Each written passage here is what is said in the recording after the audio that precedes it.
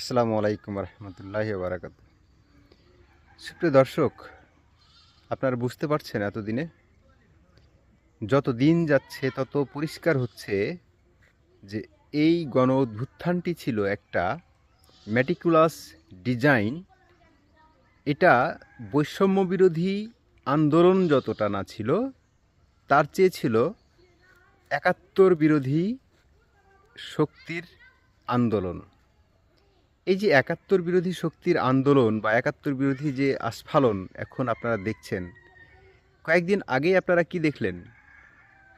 আপনারা দেখলেন বঙ্গবন্ধু, একাত্তর, এই সব চেতনাকে এবং বঙ্গবন্ধুর চেতনায় বা মুক্তিযুদ্ধের চেতনায় যে ইতিহাস লেখা হয়েছে, যে গর্বিত ইতিহাসের অংশ আপনারা যারা স্বাধীনতা বিশ্বাস করেন, যারা একাত্তরের চেতনাকে ধারণ করেন, তাদের বুকে রক্তক্ষরণ হয় না যখন ছাত্ররা বলে মুজিববাদ, যখন ছাত্ররা বলে ৭২-এর সংবিধানকে কবর রচনা করবে?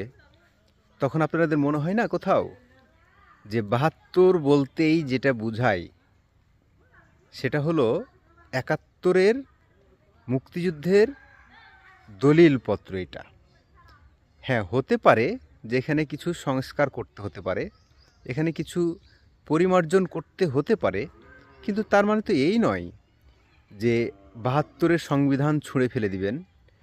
এখানে আপনারা জানেন যে ৭২-এর সংবিধানে কি আছে? ৭২-এর সংবিধানে আছে একদম ১৯৪৭ সালের পর থেকে যে বাঙালির মুক্তির লড়াইয়ের সনদ এখানে সম্পৃক্ত করা আছে, যেটাকে বলা হয় proclamation of the independent of Bangladesh. এটার সংযুক্তি এখানে আছে। তাহলে প্রকান্তরে তারা যেটা এই আরেকটা ঘোষণার মাধ্যমে যেটা করতে চায় সেটা হচ্ছে ৭২-এর সংবিধান থেকে মুক্তিযুদ্ধকে একেবারে মুছে ফেলতে চায়। এখন ভূতের মুখে রাম নাম, এই বিষয়টাকে আমরা দেখছি। মাহফুজ আলম হঠাৎ করে একটা স্ট্যাটাস দিয়ে বুঝালেন যে মুক্তিযুদ্ধকে অস্বীকার করে কোনো কিছু সম্ভব নয়। তো এটা ভূতের মুখে রাম নামের মতো একটা ঘটনা ঘটে গেল না? আর ভূতের মুখে যদি রাম নাম এই অবস্থা, আপনারা তাহলে মুজিবের আদর্শ কোথায় রাখলেন? মুজিব যে অবিচ্ছেদ্য অংশ সেটা আপনারা কোথায় রাখলেন? ভূতের মুখে রাম নাম, মানুষ আপনাদের সকল সাত চালাকি ধরে ফেলেছে।